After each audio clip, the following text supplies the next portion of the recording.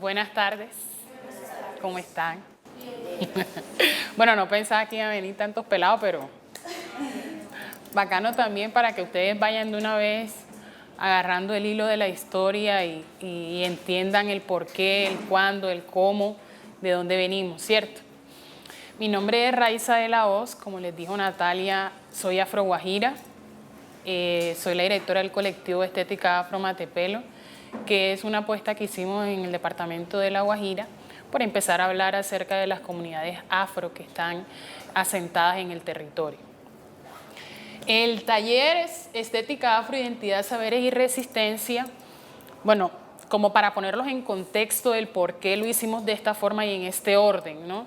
Hablamos de identidad porque cuando nosotros empezamos con la idea de empezar a hablar de estética afro, vimos en todos los elementos, en todas las expresiones que hacen parte de la estética, como por ejemplo los turbantes, el pelo natural, las telas, entre otras, vimos que existía una conexión muy valiosa con la mujer afro, para empezar a hablar acerca de identidad, para empezar a hablar acerca de autorreconocimiento, porque nos estamos apropiando de lo que somos por fuera, es decir, nos estamos apropiando de que tenemos unas características físicas particulares, nos estamos apropiando de que venimos de un territorio muy particular y que en esos territorios además tenemos unos usos, saberes, costumbres, prácticas, jergas, que son propios de nuestro lenguaje, ¿sí? Hasta ahí vamos bien, ¿verdad? Por ejemplo, en La Guajira, cuando nosotros queremos decir que alguien hizo algo tremendo, nosotros lo decimos, ¡ay, qué tremendo lo que acabas de hacer! Nosotros decimos, la hiciste boja. Eso para nosotros significa que hicieron algo, ya sea positivo o negativo, pero fue algo tremendo. Eso hace parte de la oralidad de nosotros los guajiros y específicamente de los afroguajiros. Cuando nosotros hablamos acerca de identidad en el departamento de La Guajira, por ser un departamento indigenista, la gente relaciona inmediatamente que el departamento es totalmente guayú, ¿sí? En La Guajira hay guayú, cobi, cancuamos, huiguas. Hace muy poco acaban de reconocer a otro grupo indígena que se llaman cariachil, que también tienen prácticas, saberes y una lengua propia. ¿Ok? Entonces, por eso determinamos que a través de todo el tema de la estética afro podríamos empezar a hablar de identidad de autorreconocimiento de cara al censo. Yo soy afrocolombiano, soy raizal, soy palenquero y eso de alguna forma es lo que proyecta un censo, un plan de desarrollo justo, donde todos de manera equitativa podamos ir sellando esas brechas de desigualdad que han existido históricamente en los territorios afro. De resistencia porque, bueno, ustedes saben que el cabello afro y que todo lo que tiene que ver con los atuendos afro no nacieron ayer o nosotros estamos descubriendo algo maravilloso hoy. Eso hace parte de nosotros porque nosotros nacimos así.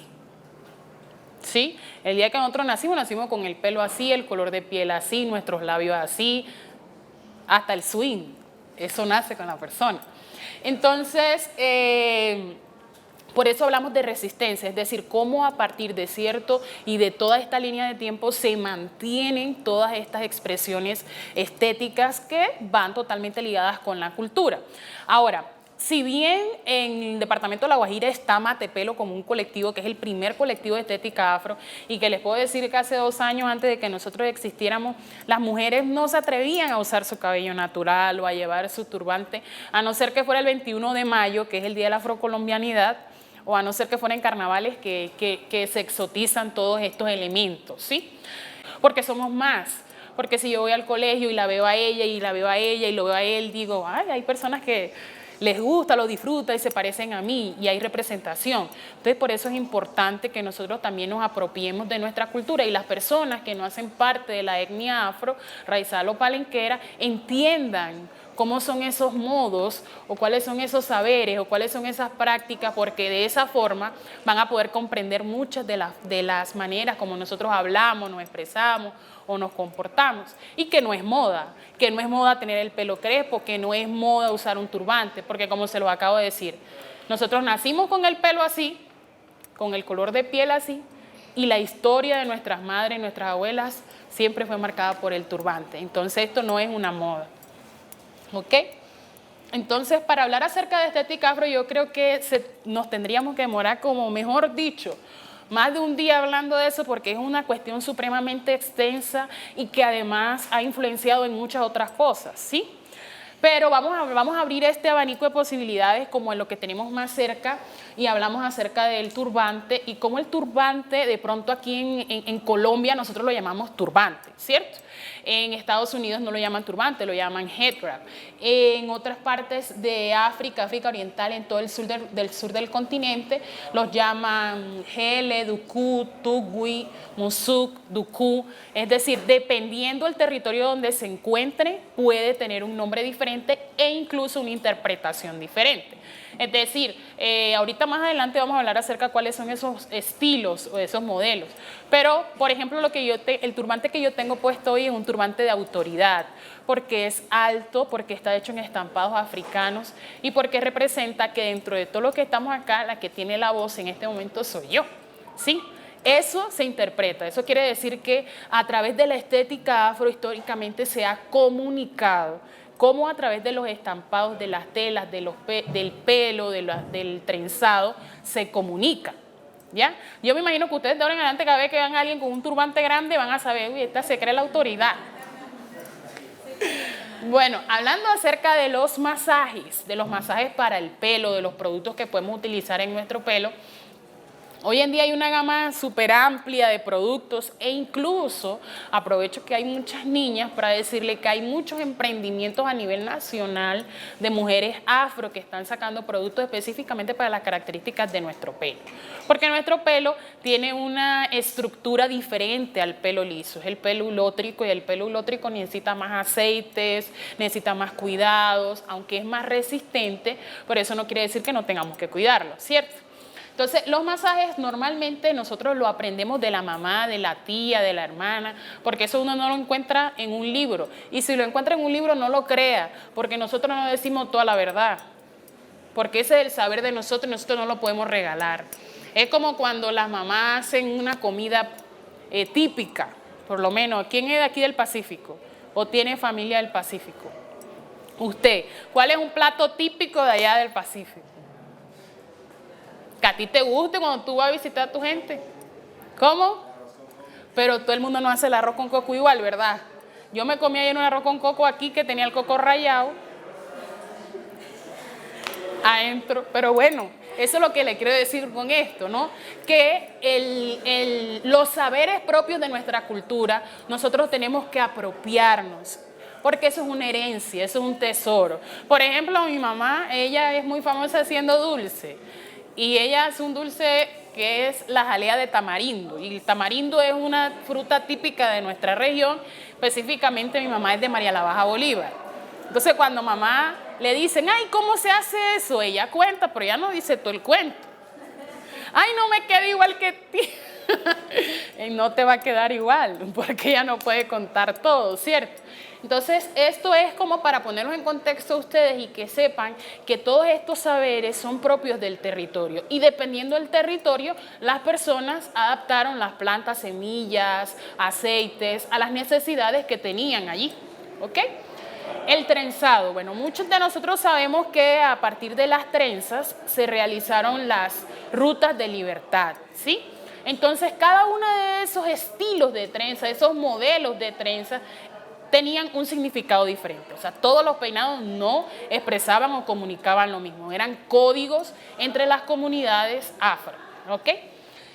Las telas africanas, como por ejemplo la que yo tengo puesta, y hay muchas más, hay telas que se llaman wax, batik y tejidos kente, son telas que utilizan algunas familias africanas o descendientes de africanos para también comunicar, es decir, dependiendo el espacio, el evento, si es un sepelio, si es una fiesta, si va a pedir la mano de la mujer, si la mujer va a llegar a la casa del hombre como esposa, todo eso, todo esto que les acabo de contar son códigos y están donde en el estampado de la tela africana, ¿ok?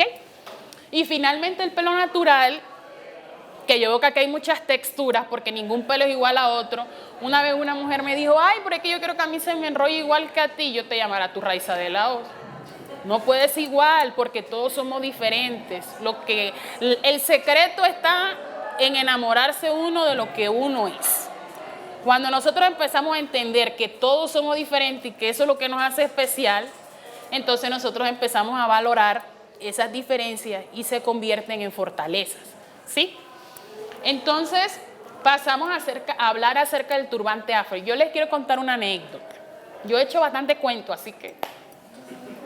El año pasado, en conjunto con la Conferencia Nacional de Organizaciones Afrocolombianas, nosotros estuvimos en el palenque de San Basilio. Y ahí en ese palenque, ustedes han escuchado acerca del palenque de San Basilio, ¿cierto? Sí. Ajá. Estuvimos en el palenque de San Basilio y luego de todo el tema del proceso formativo, aprovechamos un espacio para hablar acerca de qué es lo que está pasando con las comunidades afro en La Guajira, qué es lo que está pasando aquí en el Bolívar. Y yo me percaté de un dato bien puntual y el hecho de que la historia negra no comienza con la esclavitud. Es decir, cuando ustedes le empiecen a hablar acerca de lo negro, acerca de las mujeres afrodescendientes y los hombres afrodescendientes, nuestra historia no empezó con la esclavitud. Nuestra historia fue interrumpida por la esclavitud, porque antes de la esclavitud habían reinos, habían faraones, había una historia muy grande, cultural, rica, que nosotros debemos conocer, que a veces es muy complejo, sí. En las instituciones educativas no nos dicen que, por ejemplo, José Prudencio Padilla era negro, pero sí nos dicen que José Prudencio Padilla fue un libertador de La Guajira. O nos dicen que el negro Roble fue el primer negro que estuvo en el Congreso. No nos dicen eso, ¿cierto? Pero si nosotros nos ponemos curiosos y empezamos a estudiar y empezamos a averiguar, vamos a entender que fuimos más que esclavos, ¿sí? Que hubo heroínas, que hubo héroes, que hubo personas con papeles muy importantes en lo que es hoy la nación de Colombia. Entonces, hablando con estos pelados, yo me daba cuenta que era muy difícil ver ahí una niña con el pelo alisado. O sea, era complejo. Todas tenían su pelo natural y todas tenían unos peinados que yo decía, ve, yo demoro como 3 días haciendo esa trenza. No, eso rapidito, tin. ¿Sí? Hablan su lengua, todavía tienen su lengua, que es la única lengua africana que hay en América. Y hubo un punto que tocamos que fue cómo nosotros, las personas que somos de territorio, porque yo me considero de territorio, Riohacha todavía es un territorio muy pequeño, cómo nosotros cuando salimos de nuestro territorio y tenemos nuestras prácticas, saberes y costumbres, enfrentamos una sociedad que probablemente no está preparada para entender que todos podemos entrar, que todos entramos, que todos tenemos capacidad, que todos tenemos el derecho. Entonces nos encontramos en una disyuntiva, porque una de ellas decía, cuando nosotros salimos de aquí no podemos hablar con nuestro acento porque el hablado del palenquero es arrastradito. Entonces cuando ellas salían de allá y hablaban el castellano, la gente se burlaba de ellas. Y si iban con su pelo natural, se burlaban de ellas. ¿Sí? Entonces nosotros decíamos, ¿cómo nos preparamos nosotras para salir del territorio y enfrentar la sociedad? Porque evidentemente todos queremos salir por alcanzar nuestro sueño, porque queremos ser políticos, porque queremos ser modelo, porque queremos ser cantante, médico, ¿sí? Artistas, profesores. Y en el territorio no contamos con una universidad, por ejemplo. Entonces, cuando los pelados salen de ahí, se encuentran con una sociedad que no los ve suficiente. Es decir, a mí me decían, ¿tú crees que tú vas a conseguir novio con ese pelo? Y tú vas a presentar una entrevista con ese turbante. Bueno, Raicy, ¿a ti qué te pasa? Me acuerdo una vez que mi hermano me dijo, tú no vas a salir conmigo así. Anda, peinate. Y yo estaba peinada. Y yo estoy peinada. Que tú no entiendas que yo estoy peinada es otra cosa. Y contigo es que voy a salir. Y salimos. ¿Sí? ¿Por qué les menciono todo esto? Para que podamos entrar en el contexto y entender cómo hay nuevas formas de esclavitud. Es decir, lo que se ejerce sobre el cuerpo de la mujer negra al decir que no somos lo suficientemente profesionales, lo suficientemente elegantes, lo suficientemente bonitas, es una violencia de género sobre nuestro cuerpo, pero particularmente sobre las mujeres negras, porque a Natalia no le van a decir, oye, tú tienes el pelo malo. En cambio a Raiza sí le van a decir, Raiza, tú tienes ese pelo bien malo, ¿cierto? Pero eso se ha convertido en este momento en una fortaleza porque, como les decía anteriormente, Matepelo no es el único movimiento que hay. A nivel nacional hay muchos movimientos. Aquí en Bogotá hay un gran grupo de mujeres afro que se llama Chontudas y trabajan todo el tema del pelo natural y se van uniendo y se encuentran y hacen, pues, eventos. Entonces, todo esto se los comento porque el turbante inicialmente tuvo una función denigrante, es decir, era una forma de ejercer violencia sobre el cuerpo de la mujer negra. Por allí más o menos para 1735, 1740 se crea un código de vestimenta para negros, esclavos y libres, en el cual a los negros, tanto esclavos como libres, se les decía de qué color tenían que vestir y qué tenían que ponerse. Y entre esas condiciones, las mujeres negras específicamente no podían mostrar su pelo. Entonces, como ustedes ven aquí, por ejemplo, las nanas tenían un modelo específico de turbante. Las mujeres que trabajaban en el campo, que trabajaban en agricultura, tenían un modelo específico de turbante. Las empleadas domésticas, otro modelo específico de turbante. Ustedes se acuerdan, bueno, yo no sé ustedes, los de este lado que son mayores.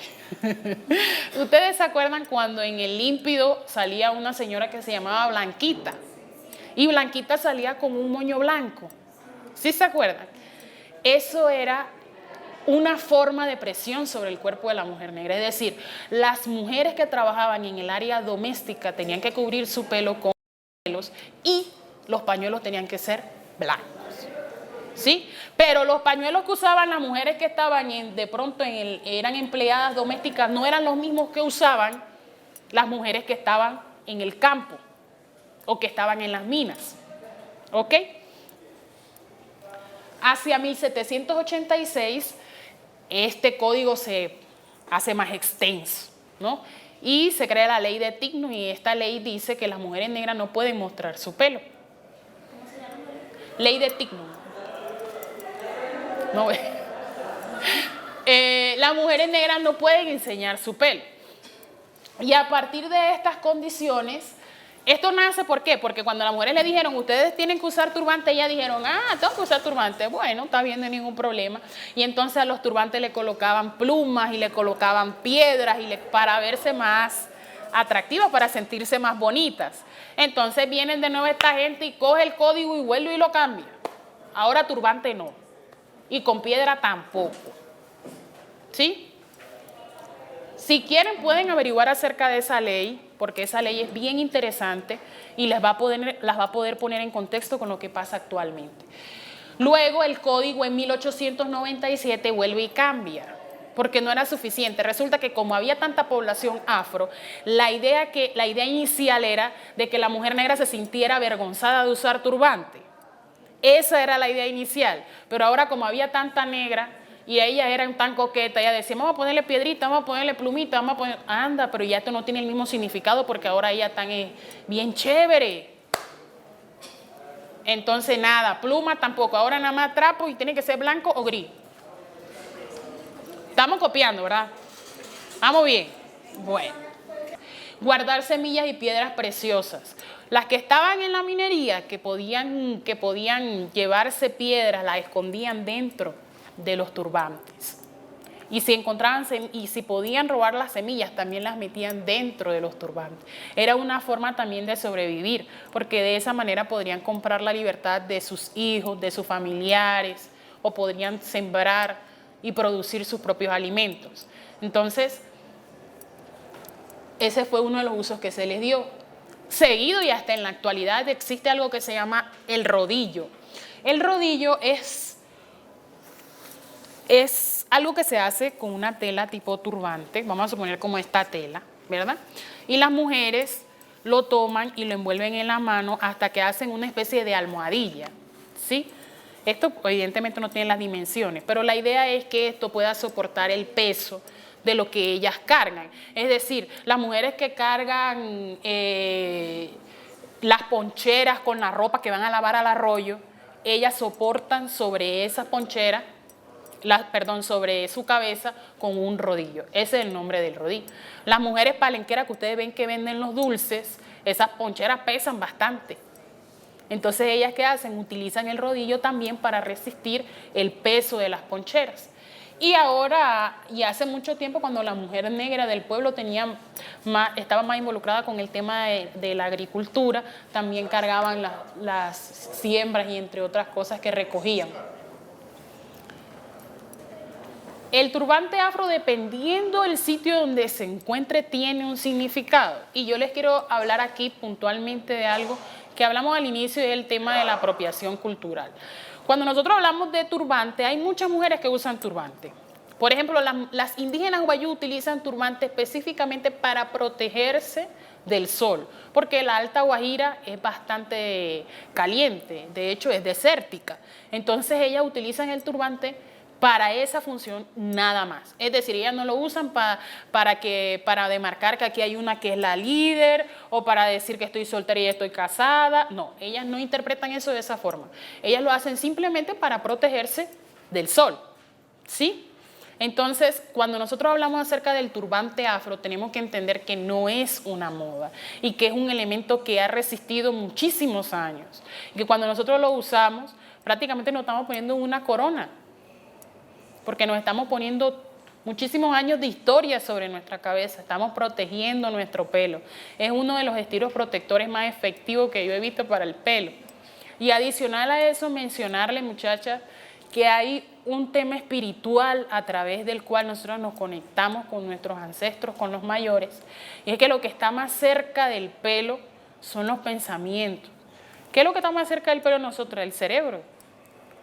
Nuestro pensamiento, lo que queremos, lo que soñamos, lo que anhelamos. Por eso no puede ser una moda, por eso no es una moda. Esto es parte de nuestra cultura. Entonces, dentro de la religión yoruba hay muchas personas que lo utilizan para complementar sus atuendos y, como ya sabrán, siempre utilizan colores blancos. El estilo de turbante de autoridad de jerarquía del que estábamos hablando ahorita, acerca de marca que esa persona es líder ahí, en ese espacio donde se están encontrando, que esa persona tiene sabiduría y específicamente siempre tiene como estas características. Por ejemplo, Winnie Mandela usaba siempre turbantes en esta posición porque ella era una lideresa. Seguimos según el pueblo zulú, las mujeres que usan el turbante hacia la derecha están casadas y las mujeres que usan el turbante hacia la izquierda están solteras y buscando novio. Las mujeres que usan el turbante hacia atrás están viudas y las que lo usan en la parte del frente van de rumba. Entonces yo les digo algo, un ejemplo. A través de eso nosotros estamos comunicando, ¿verdad? Porque si yo me pongo el turbante hacia la derecha, ¿yo qué estoy diciendo? Ah, era para verlo. Estaban activos. Perfecto. Bueno, entonces ahora contarle, bueno, estas son las chicas, algunas de las chicas de Matepelo, porque somos un pocotón, pero cómo nos ha funcionado a nosotras el tema de la estética afro, específicamente el tema del turbante para poder conectarnos. Todos los alrededores de Riohacha son asentamientos afro. Aunque nos hayan dicho que en La Guajira nada más hay guayú, en La Guajira hay una gran población negra, una gran población afro, porque los negros que llegaban hasta La Guajira, o los negros que llegaron a La Guajira, eran negros que se usaban en condición de esclavitud para la extracción de perlas. Muchos de esos negros que pudieron escapar también constituyeron palenques y rochelas. Entonces en La Guajira nosotros tenemos patilla, roche, chancleta, tabaco, tenemos matita, cotoprí, tigrera, como por mencionar algunos de los territorios que usted va y son territorios netamente afro, que conservan una religiosidad, unas prácticas, que tienen una culinaria rica por los productos del territorio, que tienen una forma de vestir y una forma de hablar particular. ¿Qué hicimos nosotras? Nosotras dijimos, vamos a llegar hasta el territorio y vamos a hablar con las niñas acerca de cómo cuidar su pelo y de cómo usar el turbante. Lo usamos como una estrategia para la autoidentificación, porque el problema en el departamento es que como nosotros somos un puente, es decir, somos frontera, en La Guajira entra de todo. En La Guajira ahora yo creo que hay más venezolanos que colombianos. Y hay una gran cantidad de árabes, de chinos, hay gente de otras partes del país, pero también hay muchos indígenas, es decir, somos muy diversos. Entonces es muy fácil que los niños o las niñas se alejen de lo que heredan, es decir, de sus costumbres, y empiecen a tomar aptitudes y costumbres de otras culturas. Por ejemplo, con las compañeras de Mujeres de Fuerza Guayú, para comentarles. Son mujeres que están ubicadas en la Alta Guajira y ellas tienen unas prácticas en su territorio, porque ese territorio es sagrado, el Cabo de la Vela es territorio sagrado, y allí estaban ya comprando el territorio. ¿Qué hicieron las mujeres indígenas? Se organizaron porque entre ellas ya habían abogadas, habían comunicadoras sociales y además hablan su lengua materna, entonces se sentaron y dijeron, vamos a organizarnos porque si nosotros vendemos el territorio estamos vendiendo nuestra historia, podemos perder la memoria. ¿Sí? Eso fue lo que sucedió con la comunidad afro en el departamento de La Guajira. ¿Por qué? Porque la mayoría de estos pueblos y estos corregimientos que yo les he mencionado anteriormente están ubicados en todo el corredor minero de La Guajira. Y eso significa que hay otra forma de colonizar y es a través, por ejemplo, de la minería a cielo abierto. Entonces, todas estas personas fueron desalojadas de su territorio. Cuando a la gente la sacan de su territorio, le quitan absolutamente todo. Porque en ese territorio tienen sus muertos, porque en ese territorio aprendieron a cocinar, a hacer las tomas que hacen las madres a punta de plantas, a punta de semillas. Entonces, si a uno lo sacan de un territorio, por ejemplo, que es árido y que uno vive, vamos a suponer, hay un territorio específicamente que se llama Patilla y Chancleta. Y la gente de Patilla y Chancleta vive de la agricultura. ¿Sí? A ellos los desterraron del territorio para llevarlos hasta otro, para hacerle esto se llama, reasentamiento se llama. Entonces ellos le hacen un reasentamiento en otro territorio, pero en ese territorio no pueden sembrar porque las tierras son áridas. ¿Sí? No pueden pescar porque no tienen playa cerca. No pueden sentarse en la puerta a hablar porque ahí lo que hay es puro monte y culebra. Entonces, esas personas están sufriendo ahora una pérdida enorme de la memoria ancestral porque no están en su territorio. Entonces, no es lejano, pasa en muchas partes de Colombia, pero sobre todo en las partes donde las grandes industrias extractivistas tienen que desalojar a las personas. Entonces, bueno, allí como para tirarle ese dato. Entonces, ¿qué hicimos? Desde Mantepelo decidimos crear unos talleres específicos, llegar hasta el territorio y empezar a hablar de esto y rescatarlo. Y ha sido importante porque ha sido un taller, de pronto ustedes se pensaron que iban a venir aquí con su poco de tela y yo les iba a montar turbante, ¿cierto? Pero no es así, ustedes tienen que irse de aquí con sus turbantes hermosas, sí, pero sabiendo que esto que ustedes están aprendiendo hoy es un legado ancestral y esto nos pertenece. Y si nosotros no tomamos carta en el asunto, si nosotros no empezamos a darle la dignidad, a dignificar, a reivindicar esto, pues más nadie lo va a hacer, ¿cierto? Tenemos varias formas de hacerlo. Tenemos el taller práctico, tenemos charlas.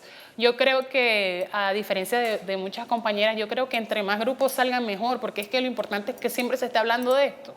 Lo importante es que en cada territorio pasa de una forma diferente. Es decir, el proceso de estética que nosotros estamos viviendo ahorita en Riohacha no es el mismo que viven las mujeres de Cartagena, porque de pronto están más adelantadas, porque de pronto tienen más investigaciones, porque ya están en ámbitos académicos. Sí, nosotros apenas estamos como en ese florecer. Y bueno, vamos a hablar un poco del pelo afro y de cómo es la estructura o de cómo se debería cuidar el pelo. Para lo que hemos hablado anteriormente, yo creo que significaría lo mismo con respecto al pelo, ¿sí? Pero la diferencia es que nosotras tenemos que entender que cada quien tiene su proceso también, ¿no? Es decir, de pronto ustedes en algún momento van a querer, alguna de ustedes va a querer tener el cabello lacio, y si lo quiere tener lacio es su cuerpo y lo puedes tener lacio. Pero tenemos que ser conscientes también de cuál es esa connotación histórica que tiene el pelo afro y lo que ha resistido y lo que ha significado para nuestra cultura. Y a partir de allí yo creo que uno enseguida va acomodando a un lado la plancha, el secador, y ya cuando viene a ver no quiere saber nada de eso. Entonces, bueno, para contarles, la hebra de pelo también tiene una estructura. Bueno, la hebra del cabello está dividida en tres partes, que es la cutícula, el córtex y la médula, ¿cierto? La hebra del cabello, cuando la mujer tiene el cabello crespo, todo lo que tiene que ver con el tema de la cutícula no es achatado, como el de la mujer que tiene el cabello lacio, que su cutícula es achatada. Por eso, siempre el cabello va hacia abajo. El cabello de nosotras, de las mujeres que tenemos el pelo crespo, la cutícula es abierta, por eso crece para arriba. ¿Ok? Sí. Dicen que desafía la ley de gravedad. Ajá. Desestigmatización. Bueno, en esta parte del tema de desestigmatización, yo quiero comentarles algo. Cuando nosotros hablamos acerca de pelo, siempre va a existir en nuestro lenguaje alguna forma de despectiva, y esas son unas formas de discriminación, por muchas que parezcan, se quedan adentro, y eso uno lo repite con lo que dice. El cabello bueno no hay, cabello malo no hay. Hay una persona que tiene cabello y que lo cuida, y hay una persona que tiene cabello y no lo cuida, ¿cierto?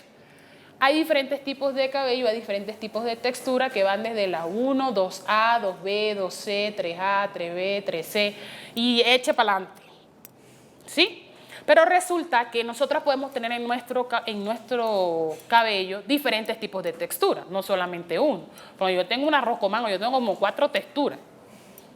¿Y para qué nos sirve a nosotros identificar cuál es el tipo de textura? Para poder determinar a partir de allí qué tipo de productos deberíamos usar o qué tipo de cuidado debería tener el pelo.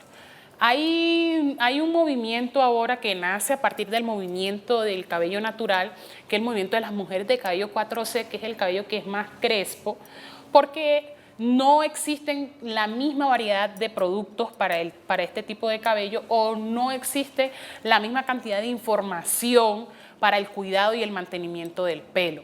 Pero yo me atrevería a decir también que, bueno, por lo menos en mi caso, mi mamá es un cabello 4C, bastante crespo, y nosotros le hemos cuidado a base de productos naturales. Cebolla, panela, totumo, noni, el agua de guásimo, todo eso es producto natural. Es decir, tampoco estamos descubriendo nada. Son cosas que han existido históricamente, sino que nosotros ahora nos estamos apropiando y estamos dándole un contenido más amplio. Bueno, entonces íbamos hablando acerca de los tipos de cabello, y ya las hembras se están soltando el pelo, y esto aquí ya se pelucó. Bueno, con respecto a los tipos de estructuras de cabello, hay diferentes tipos, y como les decía anteriormente, uno puede tener muchos tipos de cabello, hasta 5 tipos de cabello en una sola cabeza. Pero ese es tu pelo, como les decía anteriormente. No se parece al de nadie, es tuyo, es propio, y es el que tú tienes que querer y es el que tú tienes que cuidar. No tienes que buscar nunca parecerte al pelo de no sé quiéncita, porque ese es no sé quiéncita. Usted es usted. Entonces, bueno, la onda de 2A a 2B es una onda que se enrula desde las orejas hacia abajo, ¿sí? Estas son rizos hechos porque ellas son así, pero ya ustedes saben que son de las orejas hacia abajo. El tipo de cabello 3A, 3B, 3C ya es un crespito más formado, más rizado. Y el tipo de cabello de 4A, 4C ya no se enrolla. Es decir, ya una mujer que tiene cabello 4B, 4C, 4D no puede buscar rizos, tiene que buscar las formas que su cabello le puede dar. Es decir, puede evidentemente recurrir a diferentes tipos de estilos, como los bantú, como los twist, etcétera. Pero es muy difícil que estos cabellos se enrollen porque ya la estructura es demasiado crespa. ¿Ok? Listo. Vamos a hablar acerca del test de porosidad. El test de porosidad es un test que se realiza para saber cuál es la capacidad que tiene nuestro pelo para retener la hidratación. Y este test se lo pueden hacer todas. y todos, ya sea pelo liso, rizado o como sea. La idea es que tomemos un vaso con agua de vidrio transparente para que podamos ver dónde se ubica la hebra de pelo. Tomemos una hebra de pelo no tan larga, porque si es una hebra de pelo muy larga, entonces ella va a quedar y usted no va a saber en qué posición es que realmente está. Entonces, si es necesario, pues se recorta. Se sumerge en el vaso con agua, se deja alrededor de 3 o 4 minutos y esperamos que ella se ubique en cualquiera de esas dos posiciones, o en la parte de arriba o en la parte de abajo. La parte medio se supondría que es la porosidad ideal, pero nosotros que vivimos en o mucho calor o mucho frío, no es muy común que suceda. Entonces, cuando nosotros ya identificamos la posición de la hebra del cabello, podemos decir, si la hebra del cabello queda arriba en la superficie, es porosidad baja. Y si la hebra del cabello queda en el fondo, es porosidad alta. ¿Para qué nos sirve eso? Para que nosotros digamos, bueno, mi pelo necesita más proteína, necesita más peso, o mi pelo necesita ser cuidado con productos más líquidos. Por ejemplo, díganme una fruta que tenga proteínas.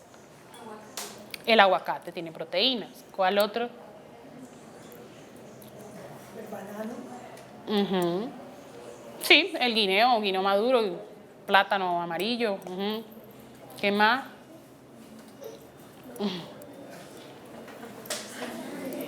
Uy, esta gente está ponchada. No. Remolacha. ¿Nada?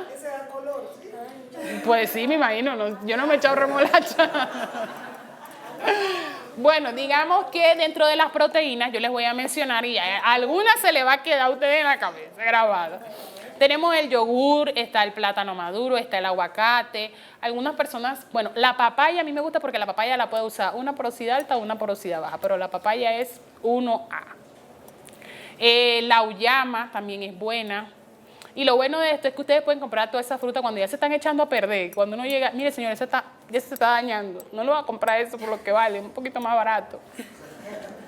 Entonces los masajes que nosotros vayamos a hacer ricos en proteínas son específicamente para las personas que tienen porosidad alta. ¿Ok? Entonces nosotros podemos hacer un masaje muy fácil de huevo, que el huevo tiene bastante proteína. Puede ser huevo, puede ser miel y cebolla. Un ejemplo, ya ese es un masaje, ¿sí? Se pica la cebolla, se pone a hervir, se licúa, se le coloca el aceite o se le coloca el resto de los ingredientes. Otro masaje con proteína puede ser el de guineo con miel, con mayonesa, porque la mayonesa también es rica en proteínas. O podemos hacer también uno de... a ver, se me viene uno de papaya, le podemos poner yogur griego, le podemos poner aceite de coco, porque el aceite de coco es el aceite más compuesto que existe. A veces nosotros le dicen, compra este producto, que este producto no sé qué, esto te va a hacer crecer el pelo, ¿cuánto cuesta? No sé cuánto. Pero resulta que el aceite de coco, nosotros lo extraemos cuando vamos a hacer el arroz con coco, y además es económico y es el aceite más completo que existe hasta el momento. Cuando hablamos de porosidad media, ya les dije, eso es una porosidad de una persona que tiene el pelo perfecto y bueno, complicado. Porosidad baja. Para la porosidad baja se requiere que la persona no utilice productos con muchas proteínas. Les pongo un ejemplo. Hay personas que utilizan productos muy costosos o que utilizan productos que les recomendó no sé quién y fulana. Entonces resulta que a fulana le cae bien porque fulana tiene un tipo de porosidad diferente al tuyo. Entonces cuando, pero yo me lavo el pelo y me pongo todos esos masajes, pero a mí el pelo no se me pone abundante, no se me enrolla. Pero ¿qué sucede? Que estás utilizando productos que no son los adecuados para tu tipo de pelo. Es decir, de pronto tu pelo necesita líquido y tú le estás poniendo proteína, ¿cierto? Entonces, por ejemplo, masajes líquidos, masajes que sean suaves, que sean para porosidad baja. Pueden utilizar el agua de piña, que es muy buena. El agua, bueno, yo no sé aquí si se consigue el cogollo de guayaba. Bueno, supongamos que queremos hacer un masaje para porosidad baja, entonces nosotros podemos coger una papaya, la licuamos, le ponemos un aceite, ya sea de coco, de ricino, de aguacate, el aceite que pues de nuestra preferencia, le ponemos miel. Algo que a mí me gusta mucho y uso muy constantemente es la sábila. La sábila es súper buena. Se le quita la concha verde, se enjuaga. Ahí lo que huele feo es la baba esa, pero uno hace... ¿Y sabe feo? No, eso no sabe feo. Eso no sabe a nada, déjate de inventar. Eso es que tú lo estás haciendo con todo y la baba. La baba la tienes que lavar y usar solamente el cristal.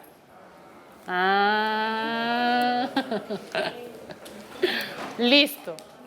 Algunos tipos de estilos de peinados. Por ejemplo, está el hundidito, que es un peinado que utilizan las mujeres palenqueras para los sepelios. Para los sepelios no pueden ir las mujeres con un peinado muy estrambótico, porque eso es una falta de respeto. Tienen que ir con un peinado bastante discreto. Y el hundidito es uno de esos peinados. El afropuff, que es como una cola alta, ¿sí? Y entonces pues se hace como una cosa ahí fantástica. Un moño alto. Las tropas, nosotros hablábamos inicialmente de que las trenzas fueron utilizadas para marcar cuáles eran los caminos hacia la libertad. A través de estos peinados se podía identificar dónde estaban los árboles más grandes, dónde quedaba un arroyo, dónde quedaba un río, por dónde tenía que cruzar, por dónde tenía que subir, ¿sí? Y eso dependía del peinado que tenía la mujer en el cabello. Y uno de esos peinados eran las tropas, que es este que está acá, que marcaba entonces, a tanta distancia se encuentra un árbol muy grande, entonces ahí se hacían las trenzas más gruesas. Y después viene un arroyo. Entonces esa era la forma que tenían de comunicarse. Acuérdense que hoy hemos aprendido algo muy importante y es que todo el tema estético afro es un elemento de comunicación. Otro peinado son los bantu knots. Cuando llega carnavales, cuando llega la época de carnavales, hay un personaje del carnaval que se llama María Moñitos. Cuando yo era niñita, a mí me hacía mi mamá ese peinado, no por carnaval, sino porque a ella le gustaba hacerme ese peinado. Y me decía en el colegio María Moñito. María Moñito, María Moñito. Y eso era un insulto, porque era un señor disfrazado de mujer que se hacía un montón de moñitos de esos. ¿Sí? Entonces, en ese momento, en esa edad, yo no lo comprendía y me molestaba muchísimo que me hicieran ese peinado. Pero ahora vieja me lo hago. O sea, ahora grande, como ya comprendo, ya entendí, ya lo leí, ya lo estudié, ya lo vi. Por eso yo les digo, ustedes tienen que leer, tienen que investigar para que entiendan la riqueza cultural que tienen. Están las dreadlocks, que bueno, aquí se ven mucho. Allá para la costa, bueno, del Caribe no se ve mucho, para el Atlántico, pero sí se usa bastante. Y las mujeres palenqueras también la hacen dentro de todo este compendio de estilos que manejan, también hacen las dreadlocks. Hay un personaje muy famoso que usaba dreadlocks. ¿Quién me dice, vamos a rifar un turbante hoy? Voy a ver para quién es tan atenta. No, pero las personas adultas no se vale.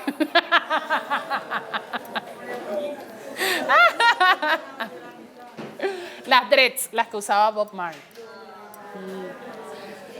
Y finalmente el afro, que es un estilo más libre, que es el cabello suelto, bien definido y bien hidratado, se ve súper hermoso. ¿Sí? Entonces, bueno, espero que todo lo que conversamos hoy les haya servido, que haya sido de su agrado y muchas gracias.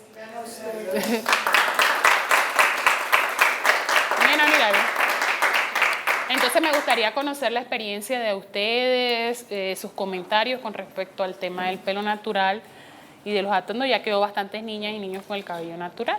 Y bueno, mujeres también. El año pasado en el colegio, mis primas y mis amigas se hicieron esa clase de peinado y nos pusimos a peinar a todas las niñas del colegio para que ellas supieran cómo peinábamos, diferentes peinados que ellas no sabían hacer.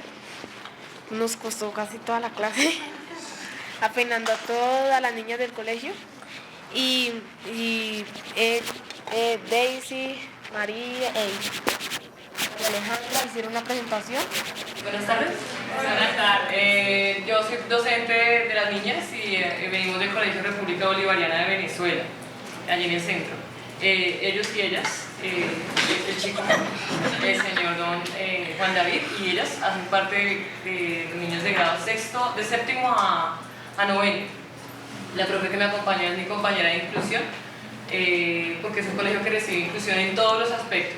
¿Sí? Es un colegio que recibe niños migrantes de distintas partes del país, bastantes niños de Mariana Baja, varios de los que están acá son primos, bueno, niños que vienen de Sucre, de Sincelejo, los niños que vienen del Pacífico, algunos niños de ellos vienen en situación de desplazamiento, muchísimos niños venezolanos.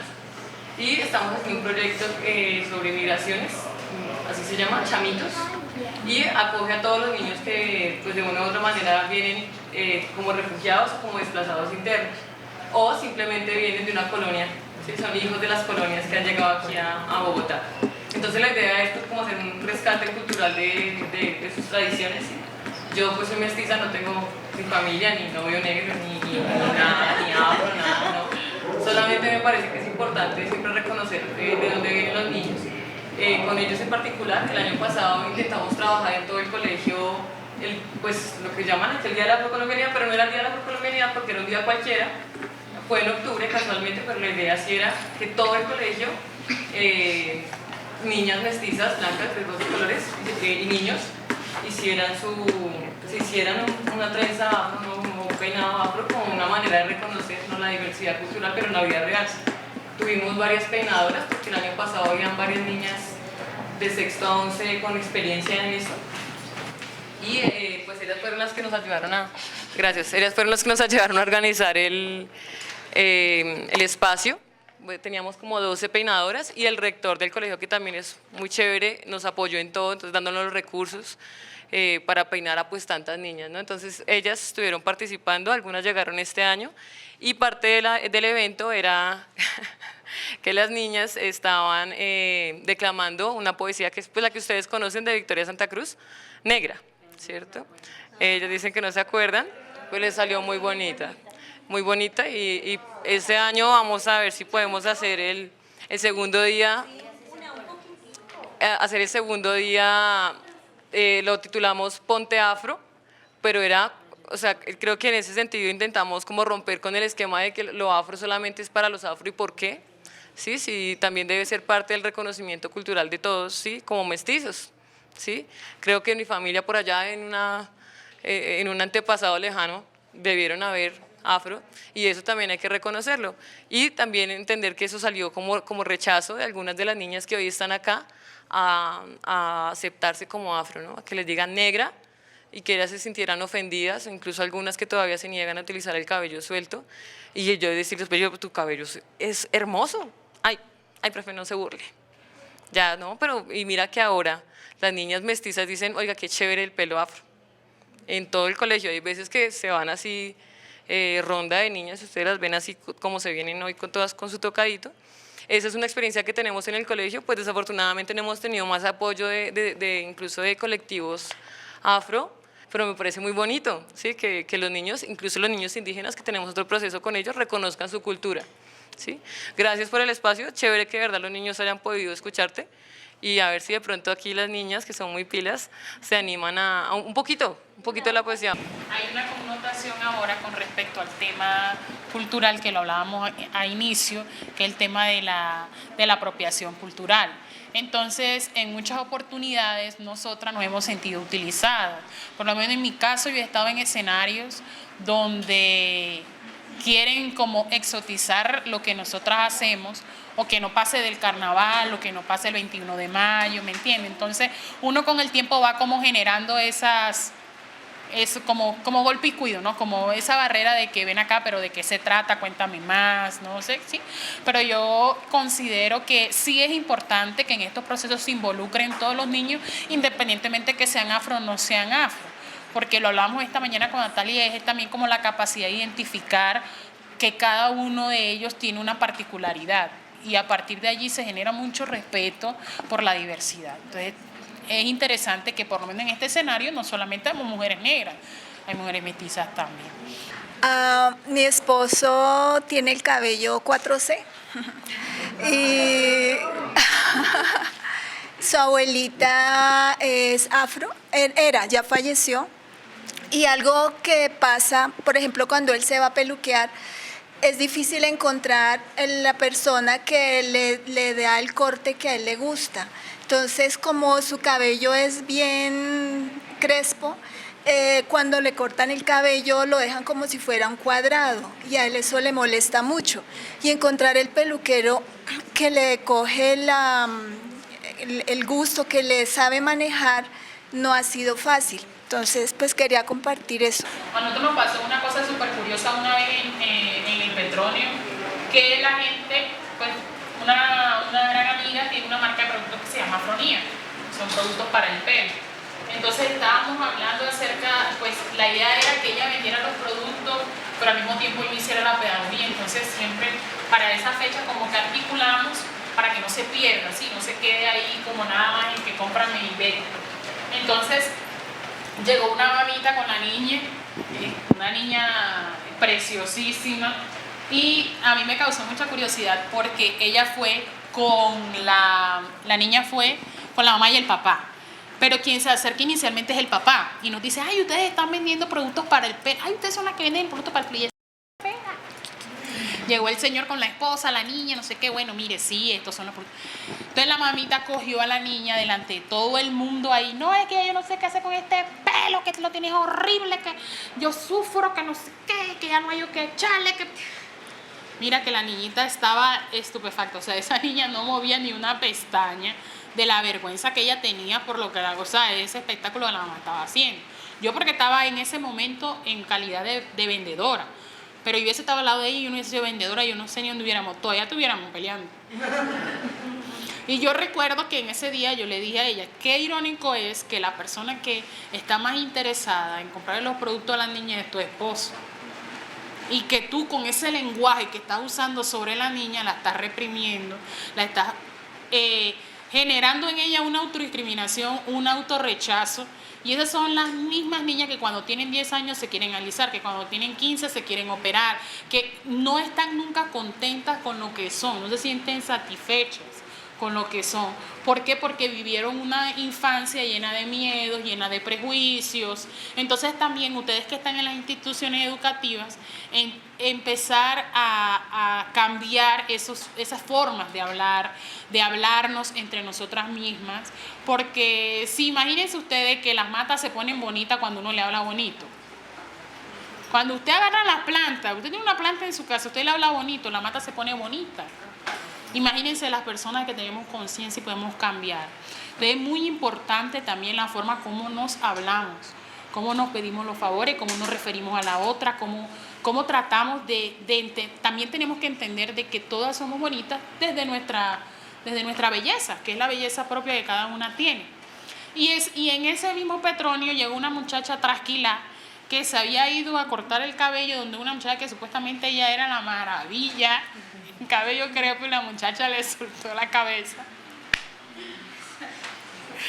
Y la muchacha llegó eso yo me imagino que era un corte, porque ella llegó con un corte, o sea, una cosa incontrolable. Entonces, como el cabello de nosotras crece hacia arriba, si una parte queda muy corta, en serio es arriba, o sea, en serio queda así, no es como que medio, no, o sea, en serio la muchacha tenía partes más largas que la otra, y eso tenía que ver con que, pues, la persona con la que ella se vio no tenía experiencia con el cabello crespo. Hay peluqueras que cortan el cabello seco, y hay otras que se sienten más cómodas cortándolo mojado, cortándolo húmedo.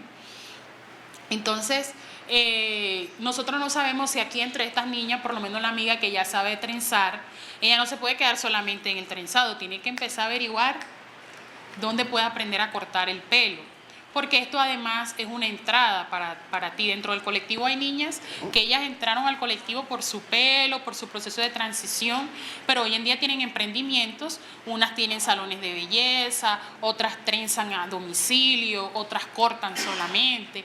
Entonces es como a partir de esto también se genera pues ese emprendimiento y eso de decir, bueno, como nosotras tenemos una característica específica, yo puedo cubrir Eso, ¿sí? Entonces, bueno, si no es más, vamos a enturbantarnos. Hola a todos y todas, mi nombre es Raiza de la Hoz y el día de hoy estamos en el Museo del Oro haciendo un taller súper especial de identidad, saberes y resistencia a través de la estética afro. Luego que cierras, agarras esta y la doblas. Y esta la vas a pasar de largo, no vas a hacer lazo ahí. Esta la abres.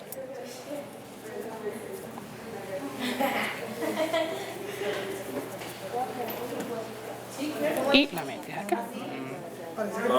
Para que tuviera más nudo. Y ahí sí puedes. Hay que hacer como una...